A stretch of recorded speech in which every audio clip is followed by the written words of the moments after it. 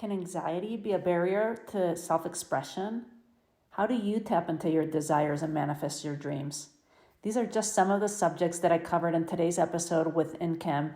And if you like it, make sure to check the show notes for her free writing workshop this Saturday, September 9th, called Meeting Your Inner Child. Enjoy the episode. Welcome to the Courage to Be podcast. I'm your host, Tanya Vasallo. And each week, I will bring you amazing guests so that you can tap into the courage to break out of old patterns and live your soul's purpose. Before we get into this episode, if by the end you enjoyed it, please follow, rate, review, and share the podcast so we can reach more people. Because here's the thing, I'm on a mission to close the gender gap in the podcasting world so that more and more women's voices are heard. If you feel that this is something you value too, then please take action by rating, reviewing, following, and sharing the podcast. We can only do this together. Check out the link in the show notes to see how this is done. And make sure to stay until the end to claim some free gifts I have for you. Welcome back to the Courage to Be, where we have powerful conversations to transform your life and your business. And today we have Nkem, and I am not going to pronounce your last name, but I would love for you to say the full name, because your last name, I just found out, has a beautiful meaning. So Nkem. Hi, thank you for having me, Tanya. Yes, my name is Nkem Chukwumerije. And for those who are curious about the meaning of my last name, it means may God continue to bless us. So I think that's like a nice way to start. May we all be blessed in this conversation. What a powerful last name. May God continue to bless us. That is great. So Nkem, talk to us a little bit about courage in leaving circumstances that look perfect on the outside or on the surface, and just following your heart and having the courage to follow your heart. Because I know you've done this several times in your life, and that way we can weave in your story a little bit. Yes, sure. Thank you. And I'm super appreciative of this, of the topic of your podcast, courage. It's something that is like, if we, I don't know, sometimes we think about courage, it's like forceful almost, or something that is very active and almost like attributed to the masculine more. But what I've experienced in my life is courage coming from a place that requires me to be soft and listen to myself and to not have to overdo to earn what I believe is right for me or what feels good for me. And just practically how that has looked, I think a lot of my travel experiences have led me to coming to this conclusion. So I think I'm coming to sort of the end of a kind of 10-year stint of solo travel. I started when I was about 19. I was still in school, going to different countries or being in different countries and taking trips on my own. And then shortly after that period, I moved from New York to Korea to teach English. And then I moved to Abu Dhabi to teach again for a couple of years. And then I moved to Mexico to do my own solo traveling adventures and just kind of do the nomadic way fully and become an entrepreneur and all of that. And in each step, I was required, of course, to have a courageous spirit and a courageous heart because I was around a lot of people who didn't understand how I live or what I was doing. So it kind of, I think I've always been a very courageous person, but those specific experiences brought that into light for me. And now I just kind of carry my courage in a different way. Wow, I love that. And I love that you can acknowledge within yourself of having that courage, that you consider yourself a courageous person. So let's just go deeper into this. Tell us a little bit of maybe some of these key point stories in your journey of when it required that you had a certain amount of courage to move forward, despite Yeah. whatever the circumstances and the people around you thought. Yeah. So probably everything that I mentioned will be within the container of creative wellness because that's just where my heart is. And it has carried me through all of my situations and circumstances. And to be a creative being is to be a courageous being. That's the way that I have experienced it. That's how I feel. If I'm thinking of specific instances in my life where I have been brought into this courageous place in my heart, it probably started when I was really young and just creating things for my own visualization, right? Like there's the copy this, make this in art class, or there's the create what you want. And I've always been a more choose your own adventure, create what you want type of chick.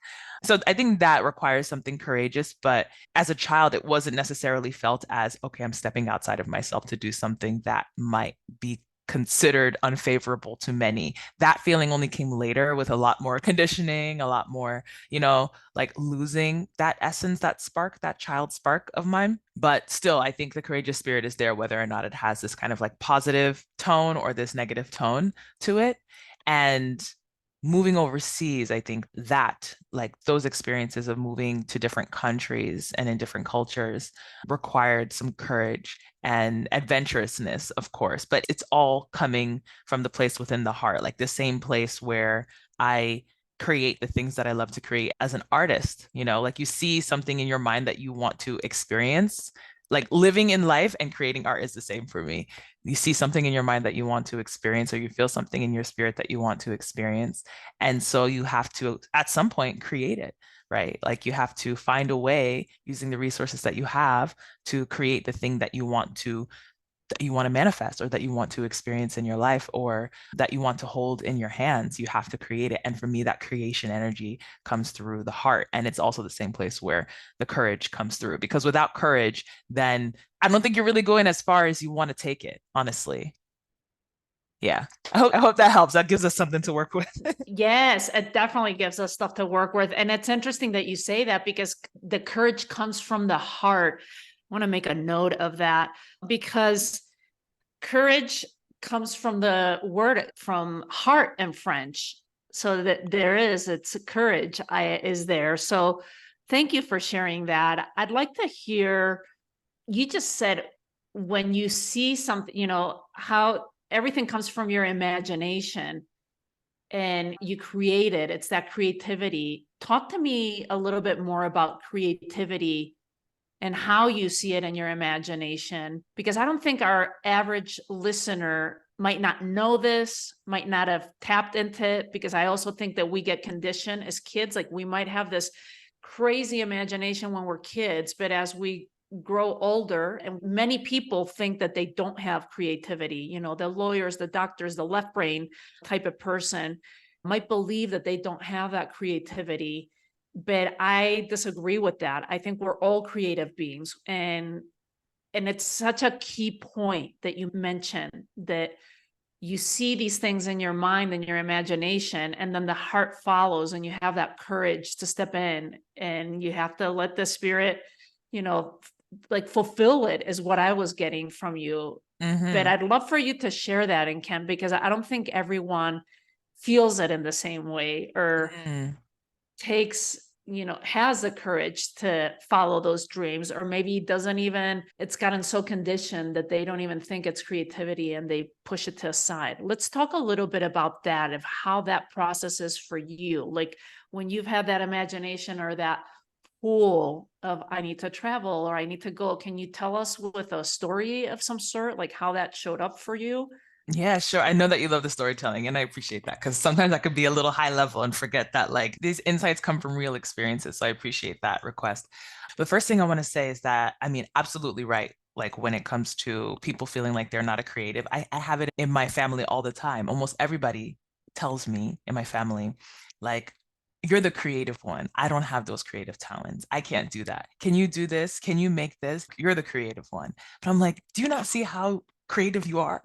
To create the life that we are living together. Just in the case of a family, like we are all extremely creative because we're all making choices every single day. And when we make choices from a place of inner desire, or something that wants to be called, something that's calling us from a beyond place, from an inner place, from an emotional place, we are making creative choices every single time. I have so many stories because it literally happens every single day that, like what I want to experience, it comes from my inner experience, what my inner desire. But okay, I'll give you a specific story. So this past summer, I went to Puerto Escondido in Oaxaca, Mexico for a few weeks. It's a place I've been a few times, and I always kind of feel called back to the land there and to the spiritual energy there. And in the place where I was staying, they have this beautiful terrace at the top. It just overlooks the ocean. It's so gorgeous, and you just have trees, and it's a place where you want to dream. And of course, I was dreaming, because who doesn't love to dream when dreams want to be dreamt? That's kind of how I take it.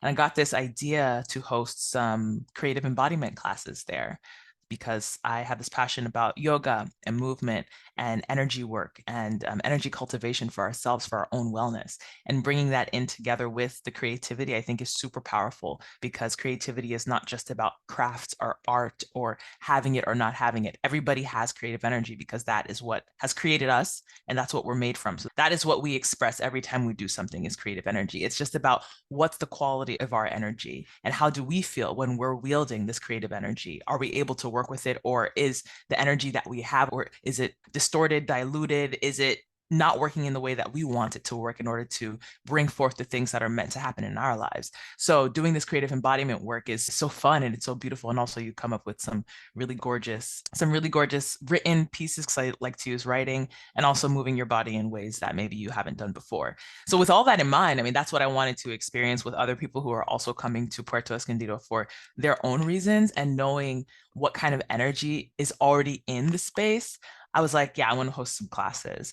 And in that case, that was me having this visualization, this imagination of being with a group of people on that beautiful terrace in the morning, some days during my time there, and guiding them in a session that feels unique and meaningful for all of us included, having this beautiful view, being supported not just by me as a guide, but by spirit and by nature and by the air. But to do this, of course, it requires that I open up myself to other people joining me for this adventure, and to look at, how do I make this happen? Because there's that inner desire experience, and then there's the practical aspect of making it happen. And I think when it comes to moving that creative energy from just wanting or dreaming to actually living it, we are the vehicle. We're like the middle, the bridge for that. And we need to then look at the resources we have to make it happen. So after that, I reached out to the manager of the space, and I was like, hey, this is the idea that I have. Is it possible? One thing at a time, like, for very practical, if we're looking for those practical, one thing at a time. Is it possible to do something like this here? He said, yes, this is what we can do. And we came up with a little bit of a structure just to organize it. So we acted as business partners in that sense. And he helped me with the space, and we communicated, and I had people joining my sessions for the couple of weeks that I was there. And it was so beautiful for all of us, because I intended for it to be that way, and because the space was open. So I think that inner experience, that inner desire, was almost like, in a sense, this is a bit tangential, but sort of like reaching into the collective and seeing, what do folks want in this space? What is possible to happen in this space? And how can I be a vehicle to allow for that to happen? Because I know that in some of those sessions, people reached things and released things within themselves that maybe wouldn't have happened in the same way in another kind of situation. So I think whenever we're in an experience where we have an inner desire to create something, sometimes it's not just for us. Sometimes it's for the people around us too. And I want to pause, but now the thought is coming to me that, you know, when we go into an experience of creating something, especially something that is pleasurable and beautiful, and we know that there's going to be a benefit directly for us, some of us, especially women, can go immediately into saying, oh, that's going to be selfish. If it doesn't have a benefit for other people, innately, then it's going to be a selfish endeavor. And maybe I should put it on the back burner, or I should make it like a secondary priority, in relation to all the other things that I have going on in my life. But you don't even know how much that pleasure and that beauty can bring to people beyond you, while also bringing pleasure and beauty to yourself. So it's not always selfish. There's a lot of things that I said in that space. Yeah. So much that I appreciated it. There's so much wisdom and golden nuggets right in there. Okay, let's dive deeper into each part of it, because I was like, oh, I want to pause her right there. What's that about? So how do we tap into that creativity and into our desires? And do you feel like they're part of the same thing, or are they different things? Like first comes desire and then the creativity, or vice versa? Like, what tips can you give to our listeners or anyone that doesn't consider themselves creative, and as well as listening to our desires. It's especially for women. We tend to Hmm. think like, oh no, first we have to take care of our kids' desires, our spouse's desires, our family's desires, like everyone else's desires. And like you're saying, it becomes almost like selfish. If I have a desire and God forbid I fulfill it, or I follow through with it.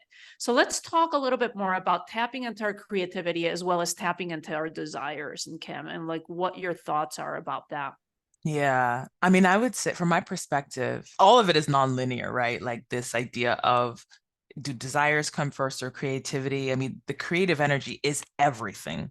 So there is no linear objective with creative energy. It's just everything that we are. It's everything that we create. It's everything that we move through. It's in all of our conversations. It's like the impetus for all of our interactions with ourselves, with other people, with life, with the animals, with air and space and spirit and everything.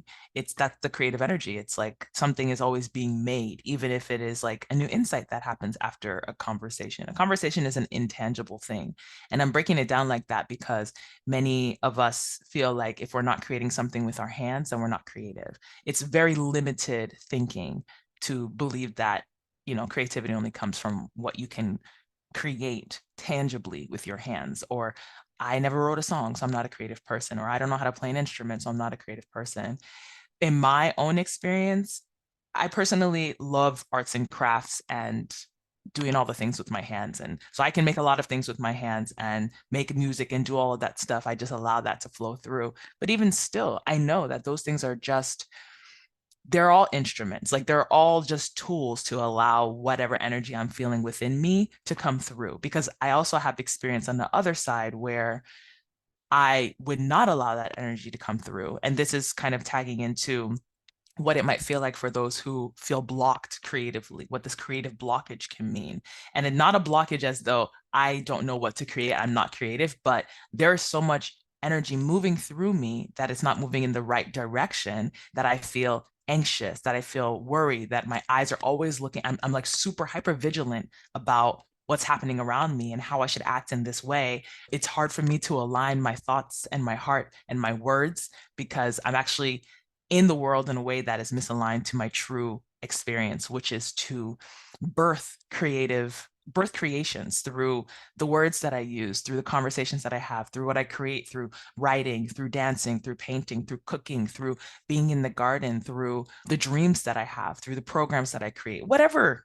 And what I'm saying is just like very it's just top of mind. There could be so many infinite things. And that's the beauty of when we are in our creative power and our creative authority, new creations can emerge in the world that haven't been emerged yet because we're in this element of fear trying to only follow what has been created. That's not it. There is so much more. And we don't know because you, listener, you have that thing that no one else has. You have that perspective that not a single other person has. And that's why we need you to follow that. But Tanya, coming back to your question of like desire, how do we feel that desire? How do we allow for this creative energy to flow? And how do I guess start the process if we're in a place where we feel that we're not creative or we have that sense of recoiling instead of expansion? I would say it's to slow down. Like it's always, in my perspective, to slow down and meet yourself exactly where you are. Something I tell myself every single day. So if I wake up and I'm feeling a little worried, anxious, already feeling like I have to scratch something off the to-do list as soon as I open my eyes, I'm like, all right, noted. I got it. This is how I feel today. I'm just feeling like energy is moving ahead of me and I can't catch up. And I don't know why, but I'm not here to question why. I'm here to just be with myself in this experience. And after that, other things start to emerge. So I think coming to a place eventually of being in our ultimate creative power, we have to really learn how to be with ourselves and allow information and energy to flow through. Like a lot of it is in the allowing because our society has conditioned us to be doing, but we're not even listening to what we're doing. We're just doing. But what are we doing? Like, what is actually fueling our doing? It's that ability to allow for that energy to be with us first before we can take aligned action. This is fascinating. I know we could do 3 hour long podcast on this whole subject. I love the perspective you're bringing into it. because I was going to ask you, do you feel that anxiety is a lack of self-expression? Because I feel like the way you're talking about creativity is a way to express ourselves. It's as human beings, we're human beings that it's spirit inside these bodies that need to express, that need to bring the non-physical into the physical world. Right. And to me, that's self-expression too. It's creative energy is this self-expression, like you were saying, whether it's the cooking, the playing an instrument, drawing, doodling, speaking. It could be poetry, it could be writing. I mean, it comes in so many forms, shapes, and forms that every human being is creative. We're being creative every single moment. But going back to this, do you feel that anxiety is that lack of self-expression, and being in that place of fear and worry, like you were mentioning before, like we're getting ahead and just Mhm. blocking that energy to flow through us? Yeah, I mean, again, I always have to say this is coming from my own perspective and lived experience. Mhm. That's why it's important, right? Because everyone's perspective adds something. I would say that it's about misaligned expression with Mm. anxiety. And people's anxiety shows up in different ways. My version of anxiety, I didn't even know that I was experiencing anxiety until my heart organ, my pericardium, this area of my body, my chest, was going through it too. So it was like the body that actually told me something is not right here. And even after going to the hospital at the time, this was back in 2020, of course, and getting that checked out, I was like, nothing is wrong here. What do you mean nothing is wrong? Like, I can't breathe. I can't move. I'm struggling.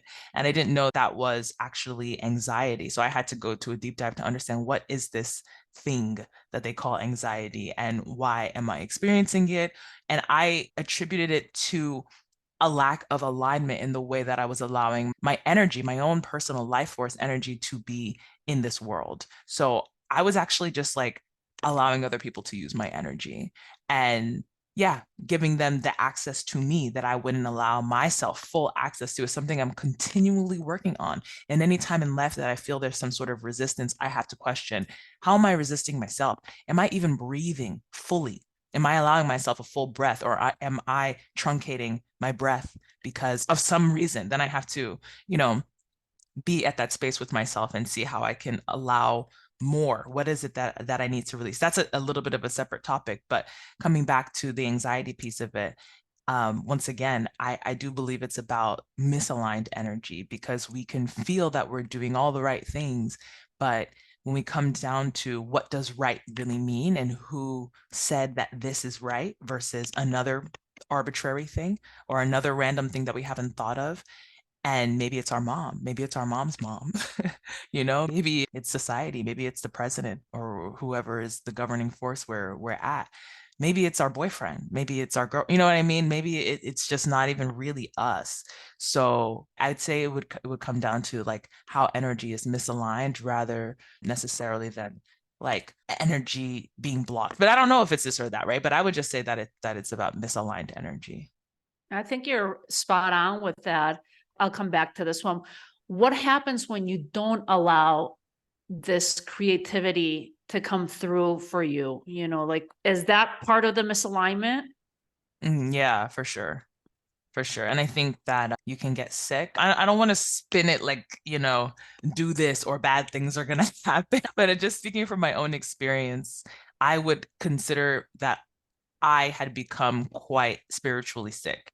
And for me, that meant that, okay, I could distinctly remember like before 2020, I had two versions of myself, distinctly a version in my head that would say the truth. And then there would be this voice that comes out of my mouth that is telling untruths or putting myself in positions that would force me to tell untruths or force me to have to scramble to get out of those situations that I didn't even want to be in the first place. And it could be anywhere from going to dinner and paying, all this exorbitant amount of money to be with people that I don't even really care to be with, just for community or just for this or just for that, to being in certain relationships that were completely misaligned, right? Like those are all creative decisions because we are creating a life or like a life path through those decisions. But my heart didn't want to be there. So I was really like not listening to my heart in those cases and misaligning myself because my heart was always trying to bring me back to what felt good and right and sacred and pure and happy and joyful for me. And I would say, no, but this is happening, or maybe I should just do this, or maybe this will lead me to that. And the heart has always been saying, no, you will be led right if you listen to me. So after a lot of time of not listening to my heart, I mean, I'm putting it in this framework as well for those who appreciate feeling into the self as like in more of this psychic way. The heart started yelling or trying to really get my attention, which is why I had those somatic issues.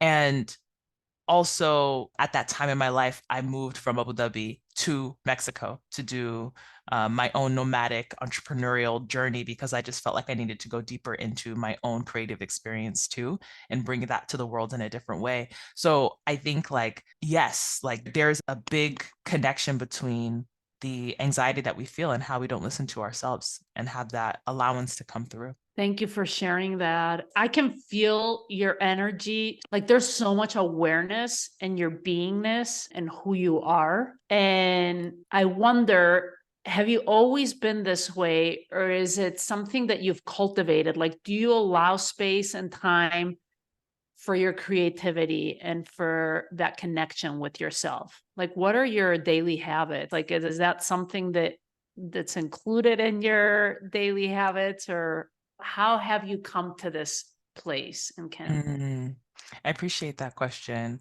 And thank you for seeing me in the way that you do. I mean, it's always a reflection of ourselves, right? So, absolutely, I make time for my creativity every single day. It's imperative for me. But I think most recently, in the past couple of years, throughout this nomadic journey, I've learned that creative wellness is important to me. It is crucial for me, and not just to be in creative spaces doing creative things, which is also important, but to do it in a way that like my wellness is intact. Because I have been in situations like when I was younger, I was a fashion designer and I was just super passionate about making clothing and my collections and all these things.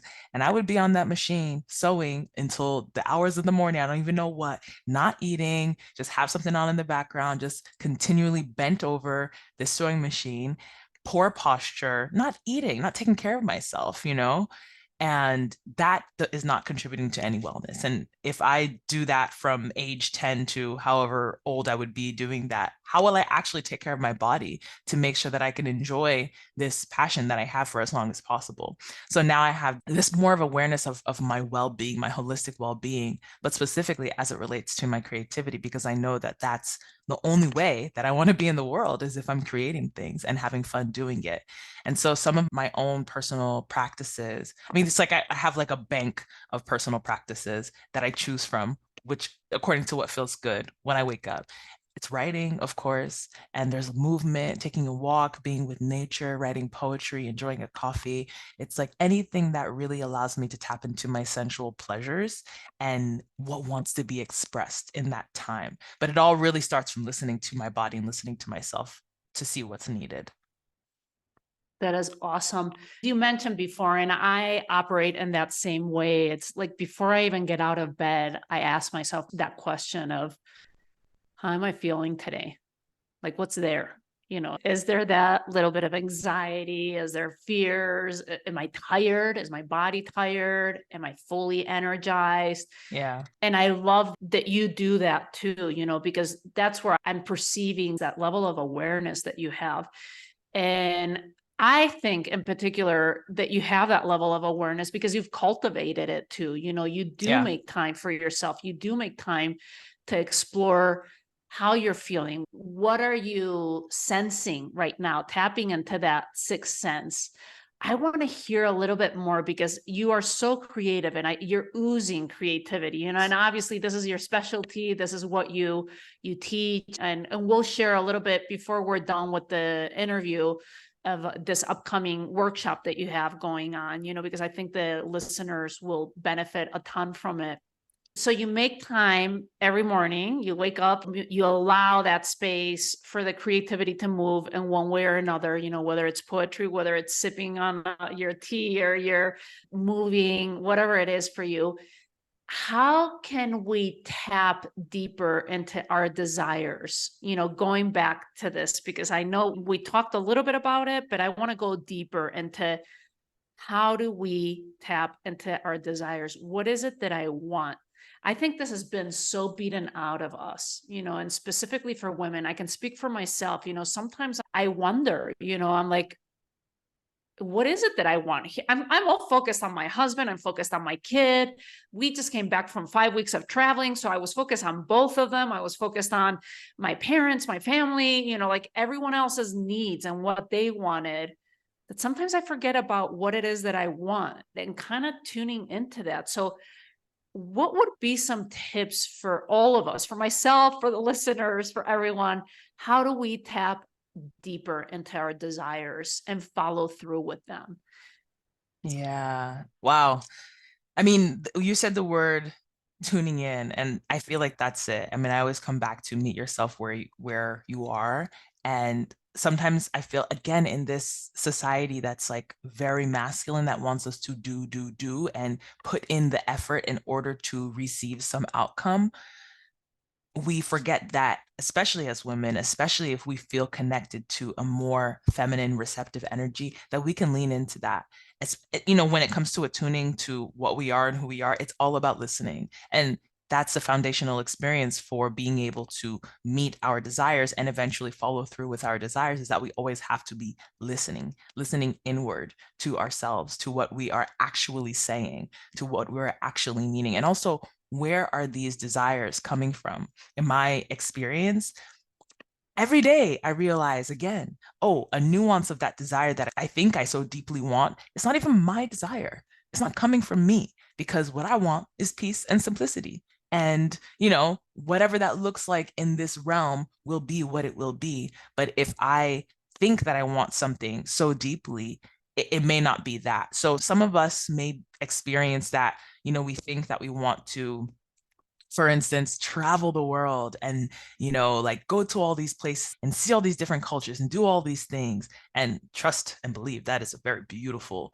meaningful experience. And also, it's not for everybody. So sometimes folks think that they want to experience that, but what they really want is to be able to fully release responsibility of anybody else for just a moment. That's what they really want. But instead of being able to experience that in the present moment, no matter where they are, it's like this huger projected desire of wanting to travel the world and doing all these things. And I mention that because our desires are I think they're really pure, and they are truly connected to our heart.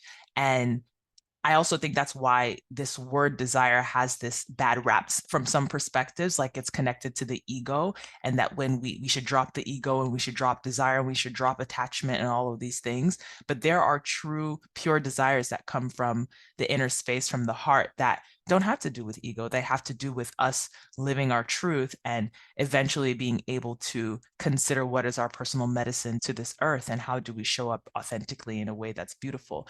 But your question is about how do we tap deeper into it.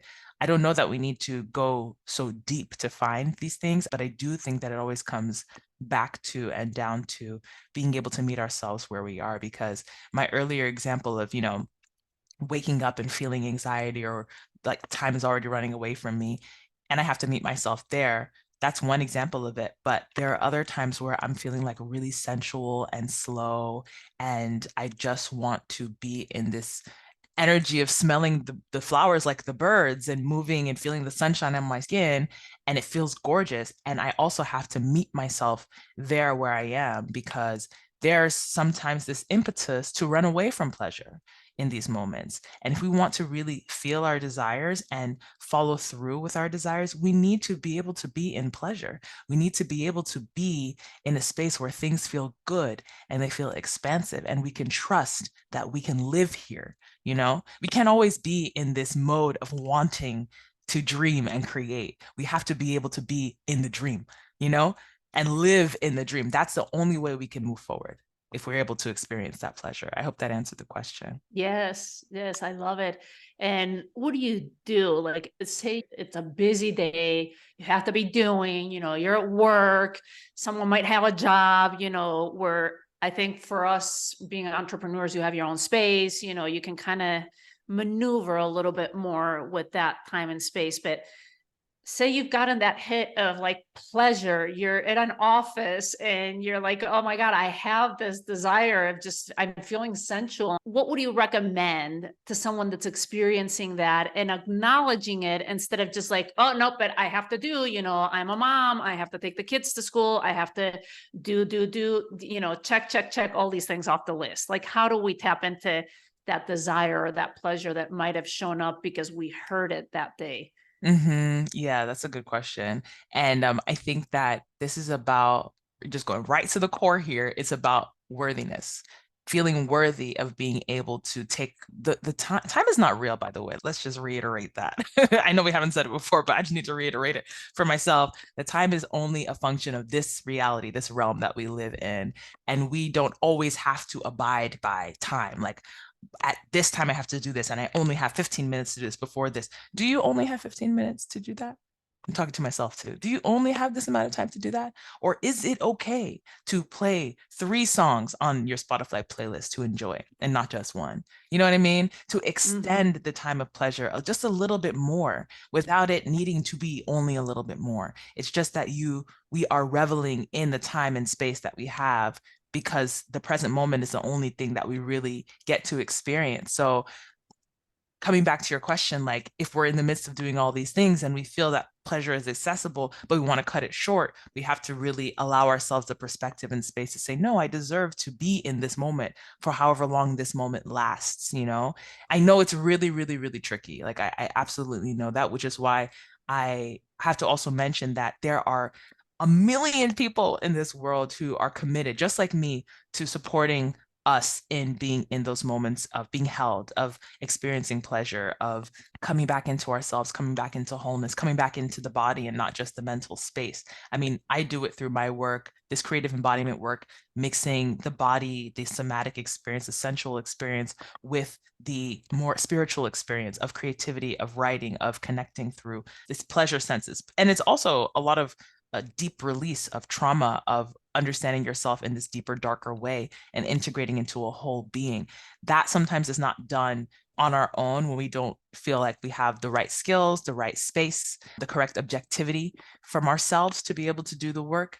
But there are many people in this world who do. So we can work together. You can go to a local yoga class, a meditation. There's tons of resources online just to be able to, and especially if we're working in the constraints of time, to be able to set aside that time for ourselves to do something completely unrelated to the dues of the day and all the other people who absolutely matter. And guess what? After being able to say, okay, I have this hour and a half for this session with Nkem, or I'm going to go to this yoga class. It's new for me. I don't know it, whatever, or I'm going to do this online meditation that I found. The people in our lives or all those other responsibilities and obligations become so much richer. We actually want to be there because we have more of ourselves to give when we show up. And we're also able to be in a receiving mode because we learned and started to cultivate, using your word, being able to receive because of the other spaces that we've set aside for ourselves, if that makes sense. Yeah, this is beautiful because I think what we need to focus on, like you're saying, with time, and we could go deeper into this, or we could do part two of this podcast, about worthiness, time. We were even talking about before the recording being empathic and Yeah. setting boundaries, and, when you're traveling or even when you're with family and stuff. But share with us, because it seems like you've been mastering this for many years now. Like you have a true understanding of yourself, of your energy, of being in alignment, being misaligned, and how to come back to that alignment. Tell us a little bit about your workshop that's coming up, because I'd love to share with the listeners in case it's something that they want to jump into. If you're listening and you're feeling in alignment with Nkem Yeah. and like this conversation and where we're taking it, please share with us how they can find you and experience more in depth this whole conversation. Okay, sure. And thank you for the platform to do so. So I'll start with a writing course that I have going on. It's called Heart Translation. It's actually upcoming this fall, October and November 2023. And our enrollment closes September 25th. So the timing is really good. And this workshop that we had, so there are 2 things, but the workshop feeds into the course that's coming a little bit later. This free writing workshop is happening September 9th, 9 a.m. PST, 12 p.m. EST, and it'll be 90 minutes. It's a group workshop, and it's called Meeting Your Inner Child. It's actually an extract from the larger Heart Translation course. And Meeting Your Inner Child is the first module of the course. And that's, once again, as I've been mentioning on this episode, meeting yourself where you are, but in this case, meeting your inner younger self. I mean, the inner child is always there, and it always shows up in different ways, different ages, different aspects, different versions, and it's always speaking to us in some way.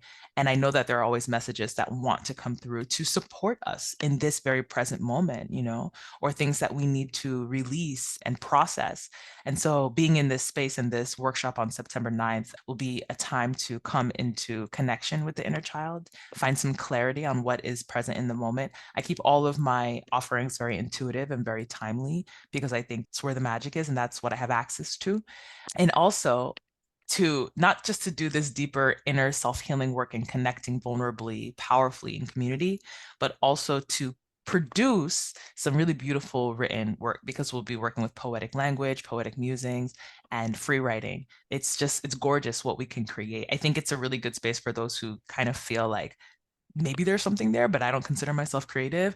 During a space like this, you find out just how creative you are, and to do it with other people is very beautiful. So yeah, I could definitely share the link to that. And hopefully within an experience of that workshop on the 9th, you feel like maybe you'd like to join the larger Heart Translation course, which I can also share the link to, which will be 8 weeks together on this journey of understanding what the heart is saying, understanding desires. Each week moves through something different, meeting your inner child, meeting your tenderness, meeting your darkness, meeting your anger, your vision of love, meeting yourself. So there's a lot to explore, and I'm here to support the exploration of that.